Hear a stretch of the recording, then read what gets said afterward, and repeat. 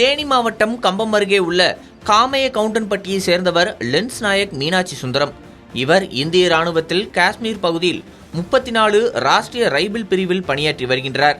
2024ஆம் ஆண்டு டிசம்பர் 19ஆம் தேதி தெற்கு காஷ்மீர் பகுதியான குல்காம் பகுதியில் தீவிரவாதிகள் ஒழிப்பு நடவடிக்கையில் ஈடுபட்ட பொழுது 5 தீவிரவாதிகளுக்கும் ராணுவத்திற்கும் இடையே நடைபெற்ற துப்பாக்கி சண்டையில் லென்ஸ் நாயக் மீனாட்சி சுந்தரம் மீது தீவிரவாதிகள் சுட்டதில் வலது தோள்பட்டை மற்றும் வாய் பகுதியில் துப்பாக்கி குண்டுகள் பாய்ந்து பலத்த காயம் ஏற்பட்டது.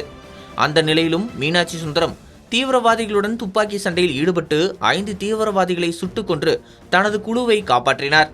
இந்த இணையற்ற வீரதீர செயலினை பாராட்டியும் அவரை கௌரவிக்கும் விதமாக இந்திய அரசு கடந்த 2025ஆம் ஆண்டு ஆகஸ்ட் 15 அன்று கீர்த்தி சக்ரா விருதினை அறிவித்தது.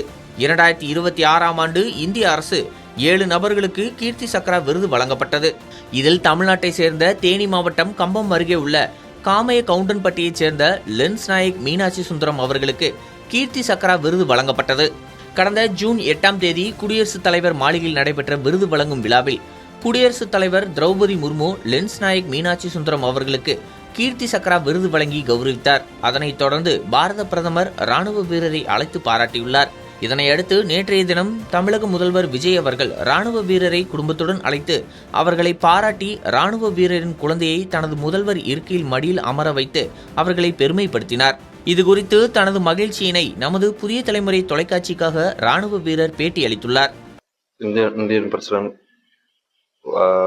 திரௌபதி முர்மு மேடம் எனக்கு கீர்த்தி சக்ரா என்ற ஒரு gallantry award, peace time gallantry second highest gallantry award எனக்கு அலாட் பண்ணாங்க.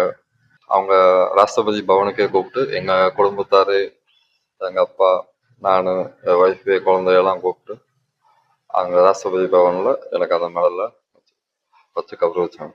அதுக்கப்புறம் 15ஆம் தேதி நம்ம தமிழ்நாடு முதல்வர் சிஎம் சார் கூப்பிட்டு அங்கே தலைமைச் செயலகத்திலேயும் வச்சு எங்கள் ஃபேமிலி, எங்கள் அப்பா எல்லாரையும் நான் கூப்பிட்டு கௌரவிச்சார் சார். நம்ம தமிழகத்துக்கே பெருமைன்னு சொன்னார். உடம்ப பார்த்துக்கங்கன்னு சொன்னார். ரொம்ப சந்தோஷமாக இருக்கும் உங்களை பார்த்ததுலன்னு சொன்னார். ரொம்ப சந்தோஷமாக இருந்துச்சு. யாருமே அந்த மாதிரி பண்ணதில்லை. முதல் அவர் குழந்தைய கூப்பிட்டு சிஎம் சீட்டில் அவர் உட்காந்து பேசுனது ரொம்ப சந்தோஷமாக இருக்குது.